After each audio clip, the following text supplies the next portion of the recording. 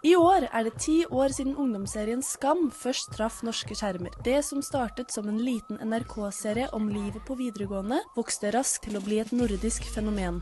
Men hvor stort var det egentlig utenfor Norge? Jeg tok turen til København for å høre hva danskene husker.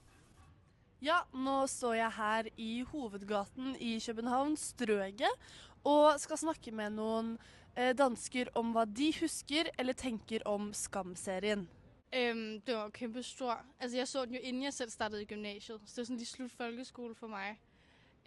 Og folk var jo mega betaget af det. Var sådan, er det sådan, det er? Og ja, det var faktisk stort, kæmpe populært. Det var en god serie, det var mega spændende, og jeg fulgte stærkt med. Jeg var meget optaget af serien. Jeg kunne lide det hele. Især bare første sæson, fordi det var helt nyt, og man ikke vidste, hvem karaktererne var, og sådan skulle følge med.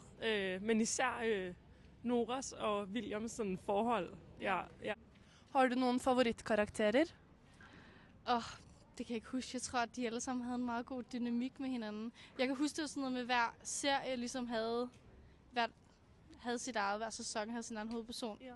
Og så startede man jo altid med at kunne lide den, der var i første sæson, og så gik man videre til næste, og så var det den nye favorit. Ja. Nora eller William.